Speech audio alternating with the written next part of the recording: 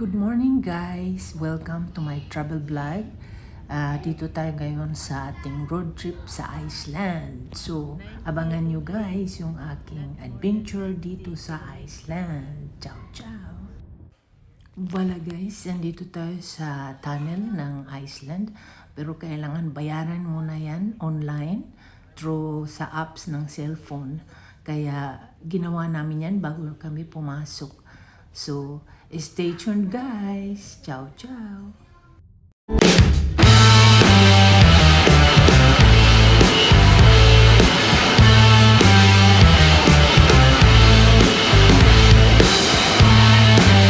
now on our way to Godafoss in North Iceland. Kaya yan guys, mga flowers yan. No? Lahat may ganyan along the road. Nagkalat yan sa buong Iceland, ang violet flowers na yan. Ang gaganda pa naman. So ayan guys, dito tayo sa road ngayon. So abangan ang ating adventure. Kaya see you guys around. It looks like Norway. Ça ressemble, ouais. Yeah. Looks like Norway.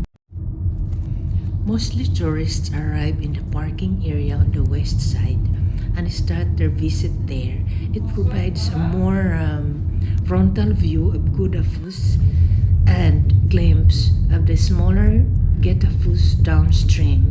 The scenery is beautiful and there are paths you can follow for shorter hikes, but you have to be careful. From Reykjavik, you will need to take road first east towards Akureyri. After about 4 hours and 40 minutes of driving, you will reach the town of Akureyri. From there, continue on the road 1 for another 30-40 minutes until you reach the Godafoss waterfall car park. Look, oops.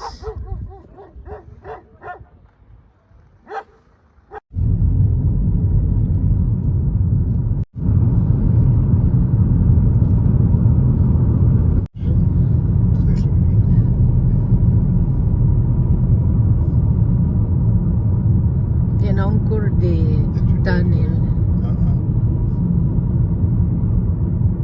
Presque du ciel bleu ici. Wow, il y a le ciel. J'ai besoin d'un petit coup de souffle.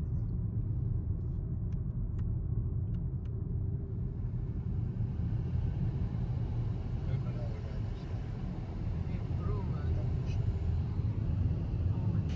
Godafoss is located in North Iceland by the Ring Road, which fully encircles the country. It is considered part of the Diamond Circle sightseeing route, which also takes visitors to the Lake myvatan area, Godafoss waterfalls, as Bird's G Canyon, and the town of Husavik. Godafoss is the most attractive of the two waterfall system. Godafoss is said to be the largest waterfall in Europe. I wouldn't dispute that.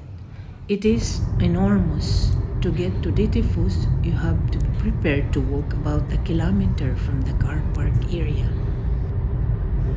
So abangan guys, lalakad na naman tayo, lakaran na naman to, papuntang waterfalls kasi malayo-layo yung car park. Ayan guys, mayroon na pala doon snow sa mountain na yan. Yan, oh, parang ano yata yan, iceberg. Kasi magsa-summer eh. Dito kami during summertime. Ayan. So may ice pa sa tuktok ng So guys, hello. I am in the north of Iceland now. There is snow there. And there. Snowy mountain there. The window is there.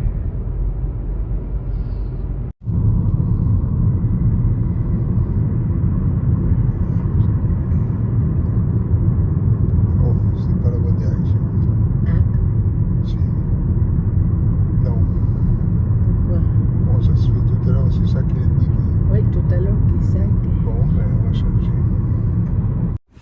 Morning guys, today is day 4, so we're going to see a big waterfalls. Voilà. So let's go. Well, now we're going to the Godafoss Godafoss. Yan guys. Oh, people are downstairs. They are down. Whoa. Wait a minute. Kaping mainit. Oh, look. People are there. Wow, they're downstairs. The area around mouth of the falls can be quite wet, and if you really want to get up to the edge of the rock cliff, you'll need to clamber over rocks and around large pools of water, especially when it has recently rained. Godafoss waterfall is one of the most spectacular waterfalls in Iceland. The water of the river, such as my God, falls from the height of 12 meters over a width of 30 meters. The ring road goes past the waterfall, with parking available on both sides of the river and paved walking paths to viewing platforms.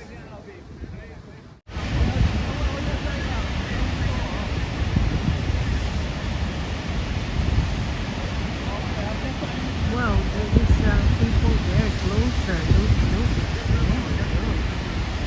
They're closer to the water.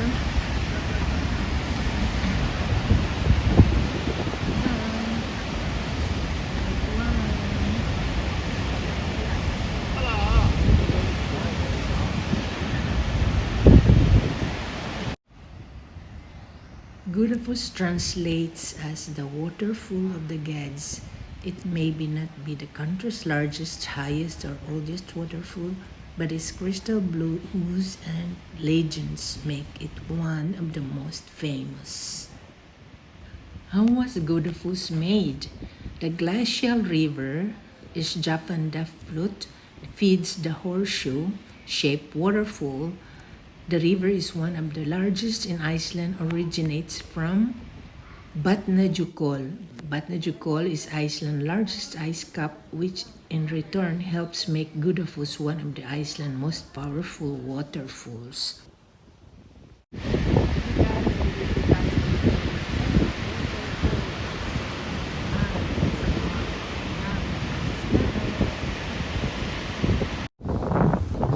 So ayan guys, yung ating fourth day 4 dito sa Iceland road trip.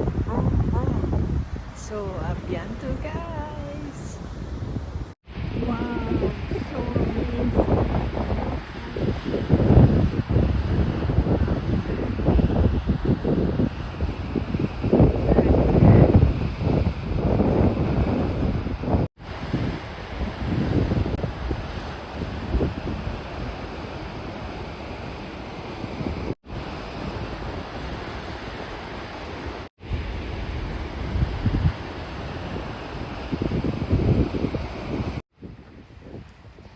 As the story goes, in the year 1000, a local chieftain, Porje Losbit Negagu, decided that Icelanders should adopt Christianity. He threw all of his statues of pagan gods into the waterfall, and the waterfall was opportunely named Godafoss, which translates to the waterfall of the gods.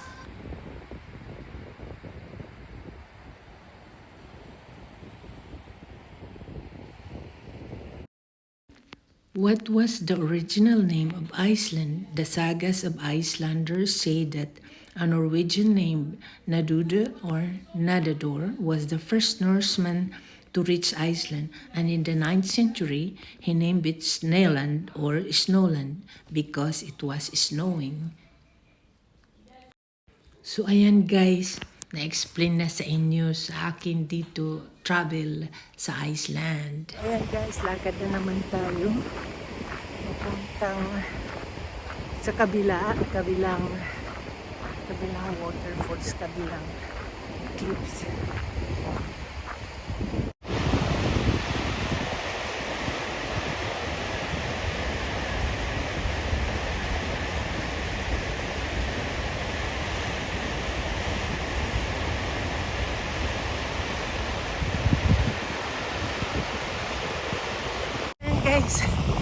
sinama na ako yung Tita Bell. So, pakyat na ako dito sa bukid-bukid. Ayan. Dito tayo sa Iceland ngayon. Araw-araw road trip. Ayan, guys. Oh, tignan nyo yung river of lava. Ayan. Alam nyo guys, dito sa Iceland, sobrang mahal ng mga bilihin dahil syempre lahat imported from other countries. Iceland is relatively expensive compared to many other countries, but on the other hand, the average salary is higher than in most other countries. There are several reasons for Iceland high prices, including small market, oligopoly, high reliance on imports, geographical isolation, and high import taxes and tolls. What do local call Iceland? Iceland. Currently, Icelanders call Iceland Iceland, written Iceland, and pronounce it Island.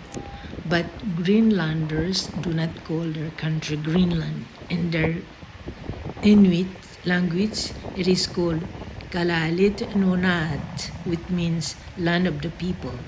The names we use come from our Norse Guys, ancestors. mag-visit tayo ngayon ng mga maliliit na crater. Yan, crater. There's another crater. It's about 100 craters everywhere. And there's a lake. So during the volcano eruption, yung lava, pag dumarating sa tubig, sumasabog sila. So nagiging crater. Kaya let's go guys! These craters of Iceland, a phenomenon of nature. When you enter the myvatan area, the first attraction you will find is the Stutustaqvagigar Chudo craters. They are often known as rotless cones or rotlis. There are plenty of places to see and visit Stutustaqvagigar.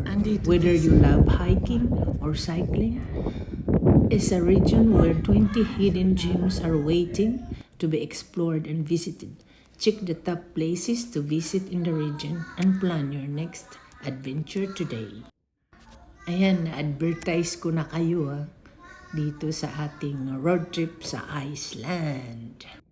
The entire trail is lined with kissing trolls. We took the blue dash, which then turns red and then yellow.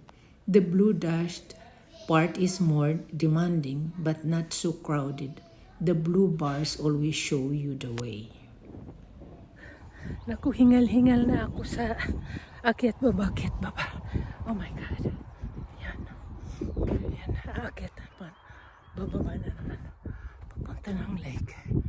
Anyway, ayan guys, I hope you enjoy dito sa ating adventure sa Iceland. So thank you guys for watching. See you on my next travel adventure dito sa Iceland. So ayan guys, sa susunod na naman ng ating video. Ciao, ciao!